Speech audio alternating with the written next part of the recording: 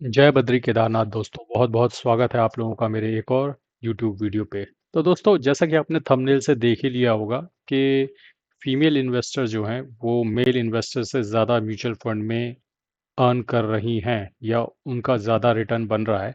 इसी टॉपिक पे आज हम डिस्कस करेंगे, क्या वाकई में ऐसा हो रहा है और या सिर्फ ये एक मिथ है। तो चलिए शुरू करते हैं बिना किसी देरी के। सबसे पहले डिस्कस करते हैं दोस्तों, myth versus reality. While market discussion जो है वो ऑफन डिबेट करते हैं, women earn higher return than men, but officially ऐसा कोई डेटा अवेलेबल नहीं है एमफी की तरफ से। तो बीच में मुझे भी ये गलत फहमी थी, लेकिन officially there is no such data which claims that कि women investors are earning more than the male investor.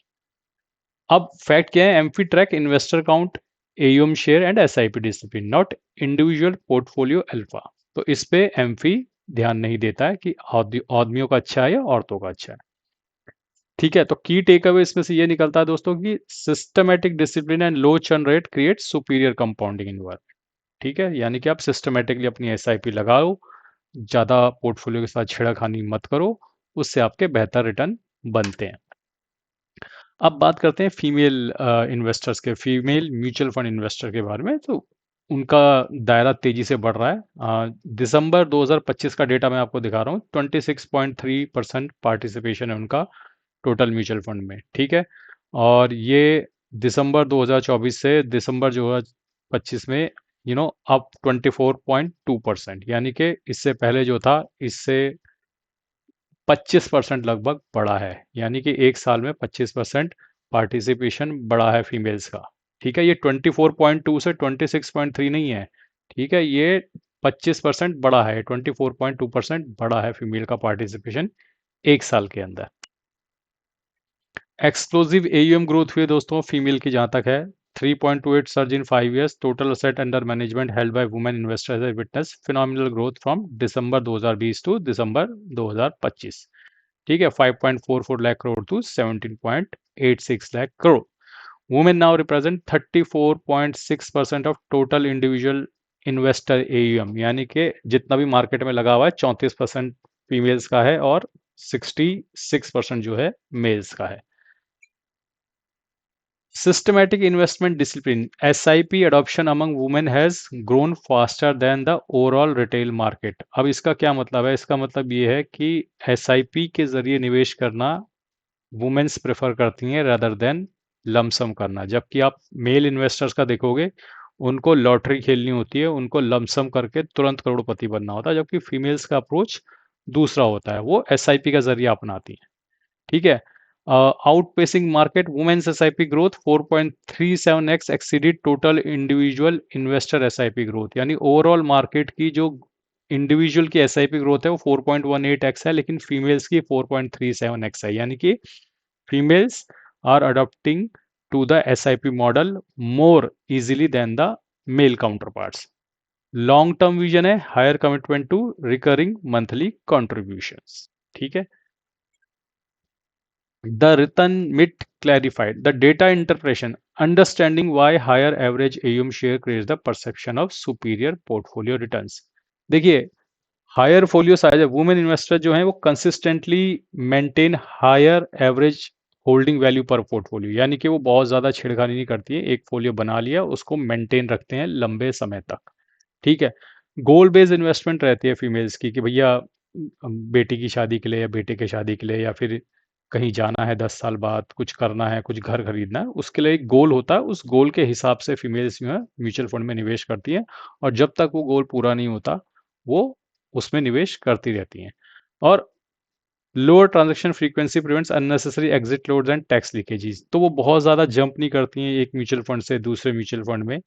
उसकी वजह से भी उनके रिटर्न थोड़ा बेहतर बनते हैं, क्योंकि बेकार के एग्जिट लोड और टैक्स लीकेज वगैरह नहीं होती। अब डिसिप्लिन वर्सेस रिएक्टिव इन्वेस्टर का बिहेवियर पैटर्न समझते हैं। Behaviour finance shows that the investment outcomes are heavily return by emotional regulation during market volatility. अब अधिकतर जो एस हैं वो 5 साल से पहले बंद हो जाती हैं, लेकिन डेटा ये बताता है कि जो फीमेल्स है वो 5 साल से ऊपर होल्ड करती हैं। मेल से ज़्यादा रेशियो में फीमेल्स जो है 5 साल से ऊपर अपनी एसआईपी को लगातार चलाती रहती हैं।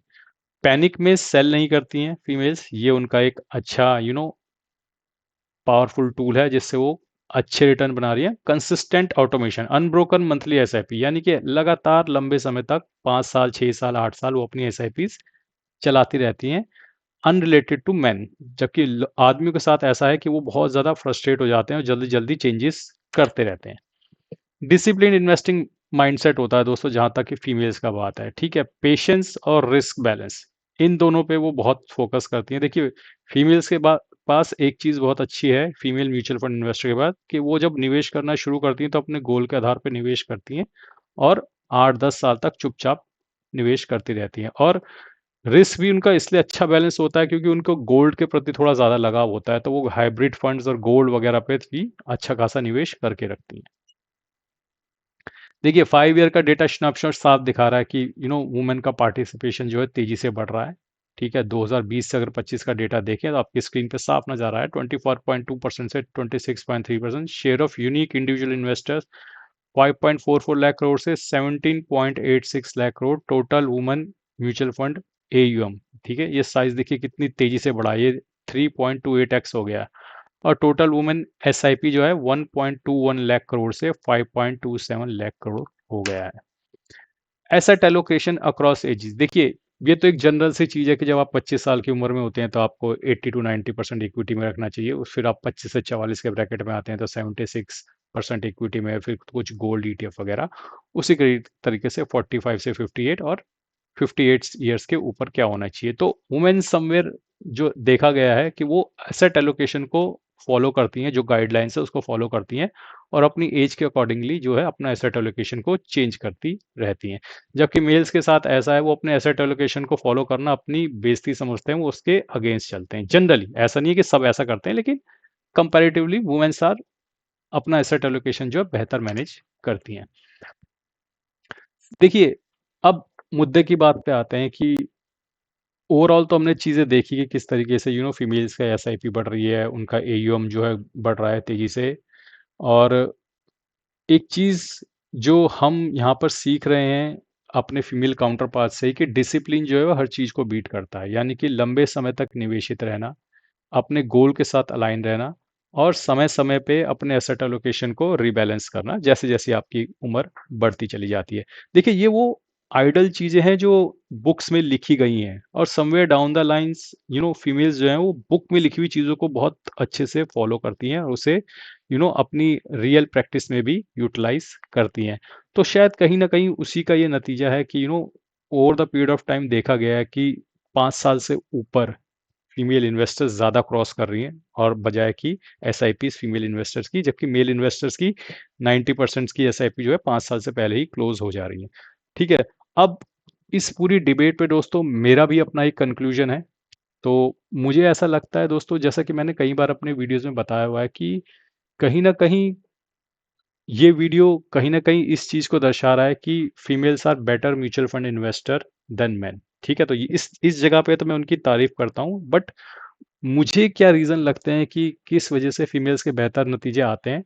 देखिए, आप अगर 100 लोगों का ग्रुप पकड़ लीजिए, चाहे आदमियों का होगा और जो म्यूचुअल फंड में इन्वेस्ट करते हैं, और 100 लोगों का ग्रुप पकड़ लो जो फीमेल्स का है जो म्यूचुअल फंड में इन्वेस्ट करती हैं, तो आप देखेंगे कि जो मेल ग्रुप है ना, वहाँ पर बात क्या चल रही होगी, यार ये पारंपरिक रिटर्न नहीं दे रहा है, बेच दूँ इसे, ये वाला रिटर्न नहीं दे रहा, Motilal Oswal mid cap return नहीं दे रहा है, टाटा स्मॉल कैप बेच देता हूँ।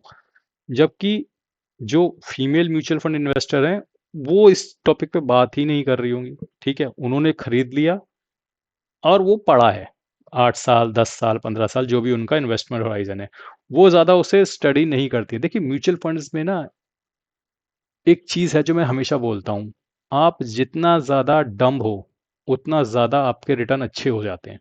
ठीक है, बहुत, क्योंकि देखिए फीमेल इन्वेस्टर ना बहुत ज़्यादा इसमें स्टडी नहीं करती है म्यूचुअल फंड्स में, और वही उनका प्लस पॉइंट है। ठीक है, ज़्यादा दिमाग लगाती ही नहीं है, और एक्चुअली में म्यूचुअल फंड में दिमाग लगाने की ज़रूरत है भी नहीं।